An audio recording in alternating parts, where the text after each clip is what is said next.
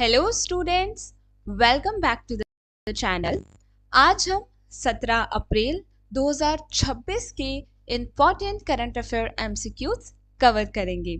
अगर आप लोग किसी भी कंपटीशन एग्जाम की प्रिपरेशन कर रहे हैं और daily basis current affair cover करना चाहते हैं तो आप हमारे चैनल को फॉलो कर सकते हैं, सब्सक्राइब कर सकते हैं।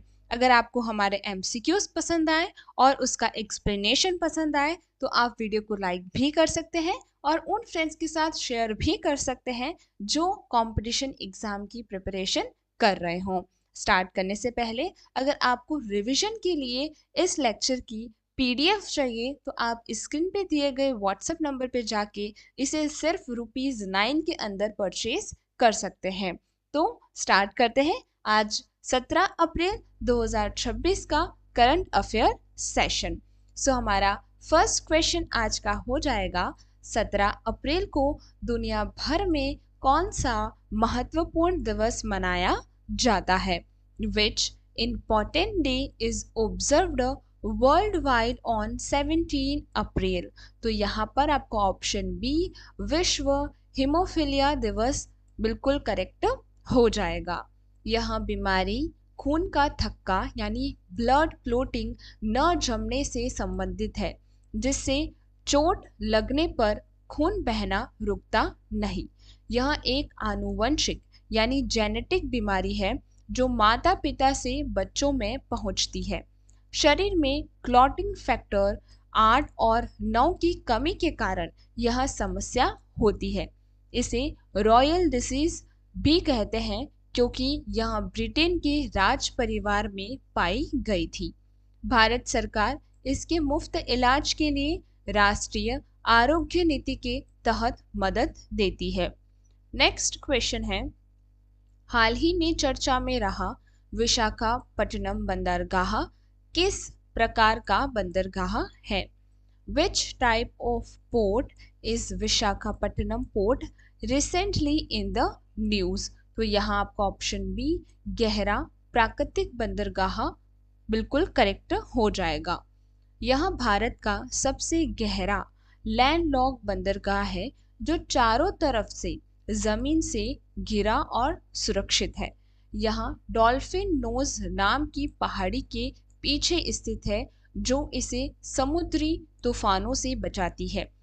यहाँ से जापान को सबसे ज्यादा लौह अयस्क यानी आयरन और निर्यात किया जाता है यानी एक्सपोर्ट किया जाता है। यह भारतीय नौसेना की पूर्वी कमान यानी ईस्टर्न नेवल कमांड का मुख्य मुख्यालय है। यह पूर्वी तट पर व्यापार का सबसे बड़ा केंद्र इकोनॉमिक हब माना जाता है। नेक्स्ट क्वेश्चन है हमारा, विश्व वायु गुणवत्ता रिपोर्ट के अनुसार बिहार का बेगूसराय शीर्ष पर है। प्रदूषण मापने का मुख्य मानक क्या है? Begusarai is on top in air quality report. What is main parameter used? So यहाँ आपका ऑप्शन बी PM 2.5 यानी पार्टिकुलेट मैटर 2.5 बिल्कुल करेक्ट हो जाएगा। PM 2.5 हवा में मौजूद बहुत छोटे कण पार्टिकुलेट मैटर्स होते हैं जो सीधे हमारे फेफड़ों यानी लंग्स में जा सकते हैं।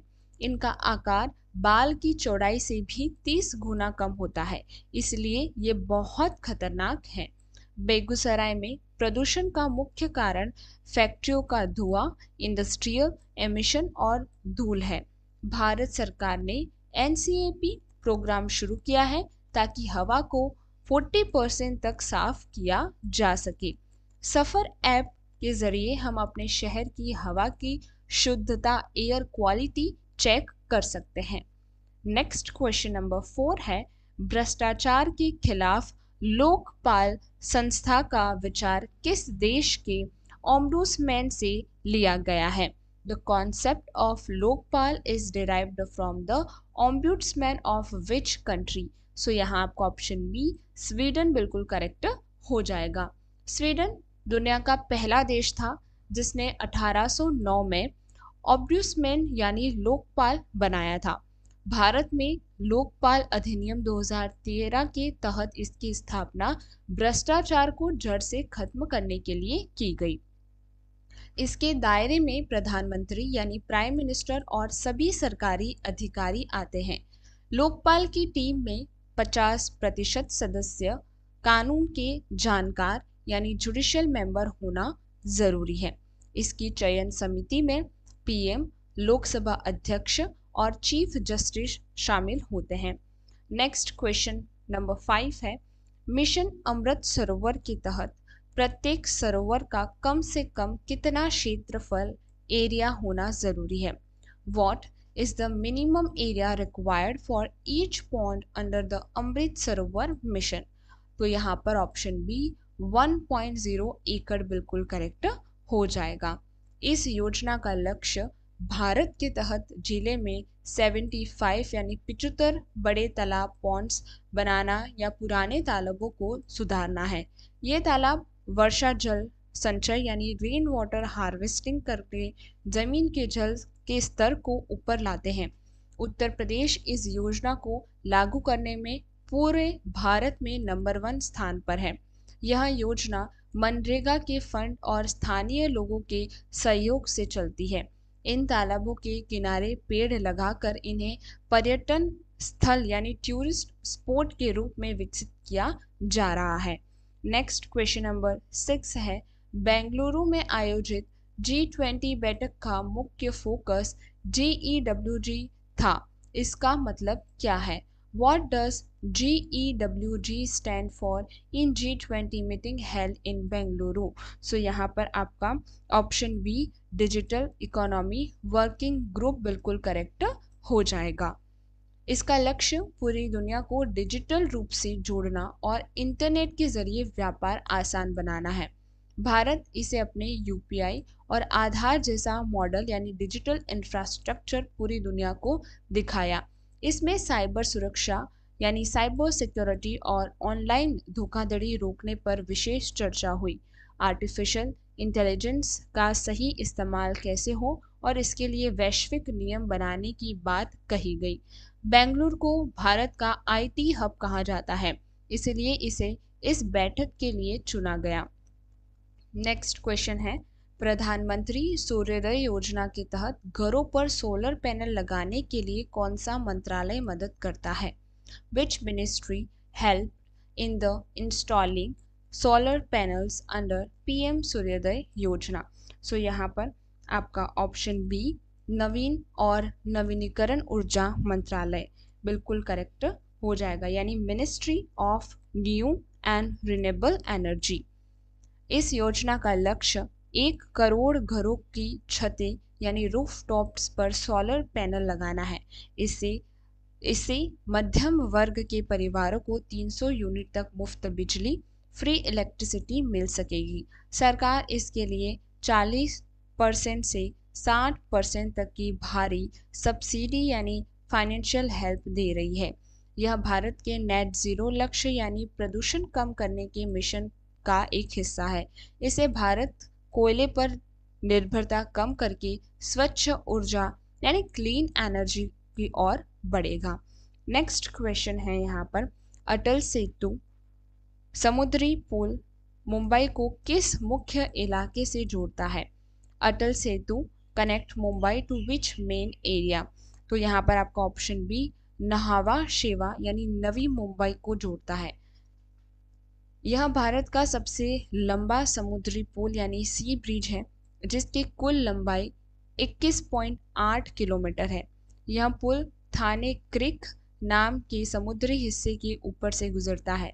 इसे बनाने में जापानी तकनीक OSD टेक्नोलॉजी का इस्तेमाल हुआ है, जो इसे बहुत मजबूत बनाती है। इससे मुंबई और नवी मुंबई के बीच का सफर 2 घंटे से घटकर सिर्फ 20 मिनट का रह गया है। यह पुल नवी मुंबई इंटरनेशनल एयरपोर्ट तक पहुंचने का सबसे तेज रास्ता है। नेक्स्ट क्वेश्चन है, श्रीनगर के प्रसिद्ध ट्यूलिप गार्डन का नाम किस पूर्व प्रधानमंत्री के नाम पर है? The Tulip Garden of Srinagar is named after which former prime minister? So यहाँ पर आपका ऑप्शन बी इंदिरा गांधी बिल्कुल करेक्ट हो जाएगा। यह गार्डन जबरवान रेंज और डल झील के पास स्थित है। इसे एशिया का सबसे बड़ा ट्यूलिप गार्डन होने का गौरव प्राप्त है। यहाँ हर साल मार्च अप्रैल में लाखों की संख्या में रंग बिरंगी ट्यूलिप फूल खिलते हैं। यह कश्मीर के पर्यटन को बढ़ावा देने वाला सबसे प्रमुख केंद्र है। इसका आधिकारिक नाम Indira Gandhi memorial tulip garden है। आज का हमारा आखिरी प्रश्न होगा, इसरो ने EOS-08 उपग्रह को किस रॉकेट से अंतरिक्ष में भेजा? With which rocket did ISRO launch the EOS-08 satellite? तो यहाँ आपका ऑप्शन बी SSLV-D3 यानी small satellite launch vehicle -D3 से उसे भेजा गया। SSLV का मतलब है छोटे रॉकेट्स यानी स्मॉल रॉकेट जो कम समय और कम पैसे में तैयार हो जाता है। EOS-08 एक पृथ्वी अवलोकन यानी अर्थ ऑब्जर्वेशन उपग्रह है जो ऊपर से जमीन की तस्वीरें लेता है। यह खेती की निगरानी और आपदा यानी डिजास्टर जैसे बाढ़ या तूफान की जानकारी पहले ही दे देगा। इस रॉकेट को मात्र 3 दिनों के अंदर असेंबल किया जा सकता है। यह इसरो के कमर्शियल मिशन के लिए बहुत बड़ी सफलता है।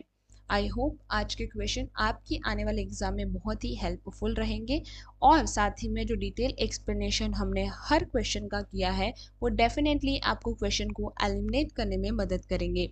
अगर आप लोग इस इंफॉर्मेशन को डेली बेसिस पे रिवीजन करते हैं तो आपको कंसेप्ट बहुत अच्छे से क्लियर हो जाएंगे। अगर आप इस PDF को खरीदना चाहते हैं तो आप हमारे स्क्रीन पे दिए गए व्हाट्सएप नंबर पे जाके सिंपली 9 रुपीज़ के अंदर, मात्र 9 रुपए के अंदर डेली PDF खरीद सकते हैं, जो कि बिल्कुल लो प्राइसेस के अंदर हमने इसको अवेलेबल करवाया है।